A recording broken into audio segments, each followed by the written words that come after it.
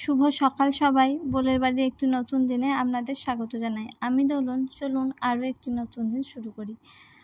আশা করি আপনারা সকলেই ভালো আছেন, সুস্থ আছেন, আর আমি অনেক ভালো আছি। সকালবেলা ঘুম থেকে উঠেই দেখি খুব বৃষ্টি হয়েছে। এখানে আসার পর থেকে তাও একটু বৃষ্টি হচ্ছে বলে অনেকটাই স্বস্তি, কারণ যা গরম ছিল আর এই গরমে ভীষণ কষ্ট হচ্ছিল। এমনিতেই প্রেগন্যান্সির সময় গরমে খুবই কষ্ট হয়, তারপর এখন এত গরম পড়েছিল যে ভীষণ কষ্ট পেয়েছি। যাই হোক, বাড়ি আসার পর এই বৃষ্টির দিনগুলোতে আমি একটু স্বস্তিতেই ছিলাম। তো সকালবেলা ঘুম থেকে উঠেই আমি এক মুঠো বাদাম আর দুটো খেজুর খেয়ে নেওয়ার চেষ্টা করেছি পুরো প্রেগন্যান্সিটাতে, যখন ওখানে ছিলাম তখনও আর বাড়িতে আসার পরও।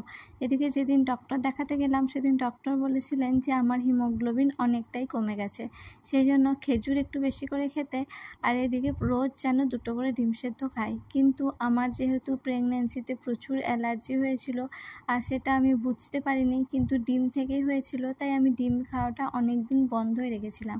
কিন্তু ডক্টর বলেছিলেন যে কয়েকটা দিন যেহেতু আর বাকি, তাই যেন আমি রোজ 2টো করে ডিম সেদ্ধ খাই, তাতে কোনো অসুবিধা আর হবে না।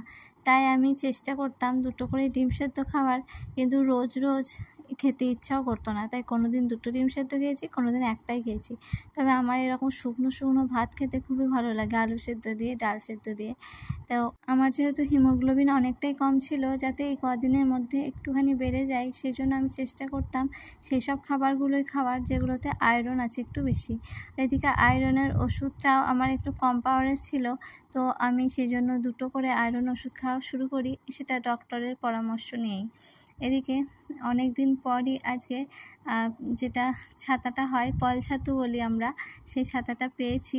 এই ছাতাটা খেতে খুবই ভালো হয় আর টেস্টি হয়, কিন্তু এখন আর সেরকম পাওয়া যায় না। তবে এবারে আমাদের ঘরের পাল্লাতে এই ছাতুটা ফুটেছিল, যেটা মা আমাকে ভাতের সাথে করে দিয়েছিল, আর এত সুন্দর খেতে হয় যেন এটা দিয়ে এক থালা ভাত বেরিয়ে যাবে। তবে আমি চেষ্টা করতাম যে আমার খাবারের সাথে শাক আর ডাল, মাছ এগুলো যেন থাকেই। যেহেতু আমি ডিম খেতে একদমই পারতাম না, তাই আমি চেষ্টা করতাম এবেলা ওবেলা মাছ খাওয়ার, আর সেটা আমাকে আমার ডক্টর বলেছিলেন যে যদি ডিম খেতে না পারো তো মাছটা যেন অতি অবশ্যই আমি 2 বেলায় খাই। সেজন্য আমি 2 বেলায় তখন মাছ খেতাম। তবে এখানে এসে যখন ডক্টর বললেন যে ডিমটাই খাও এখন, আর কিছুদিন আছে, কোনো অসুবিধা হবে না, তখন ডিম খাওয়া শুরু করি। তখন দিনে একবারই মাছ খেতাম আর একবার ডিম খেতাম।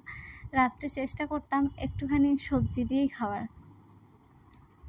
তবে এই পুরো প্রেগনেন্সিটাতে আমার যেহেতু কোনো ভমিটিংয়ের প্রবলেম ছিল না, তাই বোলের বাবু আমাকে সমস্ত হেলদি খাবারই খাইয়েছে, যেগুলো আমি খেতেও পেরেছিলাম। সেই জন্য আমার শরীর সেরকমভাবে কোনো উইকও লাগেনি আর খারাপও হয়নি। সেভাবে আমি পুরো প্রেগনেন্সিটাতেই একা একা থাকতে পেরেছিলাম ভোলের বাবুর সাথে, আর ও আমাকে প্রচণ্ড হেল্প করেছিল। তবে 7 মান্থের সময় এত অতিরিক্ত গরম ছিল, এই গরমের জন্য আমার কষ্ট হতো, সেই জন্য আমি মাকে ডেকে পাঠিয়েছিলাম। আর দুপুরবেলা খাওয়া দাওয়ার পর আমি 2 ঘন্টা রোজই রেস্ট নিই, সেভাবে আজও রেস্ট নিয়ে নিয়েছিলাম। আর ঘুমিয়ে ওঠার পর মা আমাকে আপেল কেটে দিচ্ছে। তবে সত্যি কথা বলতে এই আপেল খেতে আমার একদমই ভালো লাগে না, কিন্তু এখন আমার থেকেও আমার বেবির কথাটাই আমাকে বেশি ভাবতে হবে, তাই যেগুলো হেলদি খাবার আমার শরীরের পক্ষে, আমার বেবির পক্ষে ভালো, আমি চেষ্টা করতাম আমার পছন্দ না থাকা সত্ত্বেও সেগুলো খেয়ে নেওয়ার। এখন বিকাল হয়ে গেছে, একটুখানি চুল ছাড়িয়ে আমি বাইরে বসবো আর সবার সাথে এখন একটু গল্প করব। এখানে এসে এই একটা সুবিধা যে এখানে সবাইকে দেখতে পাই, সবার সাথে গল্প করতে পাই, বাইরে একটুখানি বসতে পাই। আর ওখানে যখন ছিলাম তখন সবার সাথে ফোনে কথা বলে সময় কাটাতে হতো। তবে বোলের বাবু চেষ্টা করতো বাড়ি আসার পর আমাকে পুরো সময়টাই দেওয়ার, যাতে আমার সেই বোরিং না লাগে। তবে ও তো সারাটা দিন বাড়িতে থাকতো না, কাজ করতে যেতেই হতো। আর এদিকে আমার একা একা কীভাবে সময় কাটতো তা আমি জানি। তবে যতদিন আমি পেন্টিংয়ের কাজ করতে পেরেছি আমার সেরকমভাবে কোনো অসুবিধা হয়নি, কিন্তু যখন আর কাজ করতে পারতাম না বসে বসে, তখনই একটুখানি বোর লাগতো যে সময় কিভাবে কাটবে। তবে মা যখন গিয়েছিল তখন মায়ের সাথে গল্প করে অনেকটা সময় কেটে যেত। আর সানডে বা স্যাটারডে এলেই বোলের বাবু নিয়েও আমাকে একটু বেরোতো। বাইকে হয়তো যেতে পারতাম না, কখনো কখনো হেঁটে হেঁটেও একটু বাজারে ঘুরে আসতাম, তাতে খানিকটা মনটা ভালো লাগতো আমার। আর এখানে দাদার মেয়েরা থাকে বিকালবেলাটা, তারপর বৌদি থাকে, তো আমার বিকালবেলাটা খুব ভালোভাবে কাটে, আর ওদেরকে নিয়েই আমার অনেকটা সময় কেটে যায়। তবে এখানে আরও একটা সুবিধা হতো যে এখানে গল্প করতে করতে একটুখানি উঠোনের মধ্যে হাঁটাহাঁটি করতেই আমার এক্সারসাইজ হয়ে যেত, আলাদা করে আর এক্সারসাইজ করতে হতো না। এই সন্ধ্যাবেলা আমি রোজই 1 গ্লাস করে দুধ খাই। এই সময় প্রত্যেকটা মেয়েরই উচিত 2 গ্লাস করে দুধ খাওয়া, যেটা ডক্টর আমাকে বলেছিলেন, কিন্তু আমি 2 গ্লাস করে খেতে পারতাম না বলে 1 গ্লাসই খেতাম। তবে আজকের ভিডিওটা আমি এখানেই শেষ করে দিচ্ছি। দেখা হবে নেক্সট ভিডিওতে। ততক্ষণ আপনারা ভালো থাকবেন, সুস্থ থাকবেন।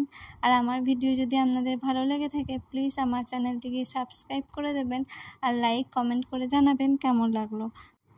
দেখা হবে নেক্সট ব্লগে। বাই।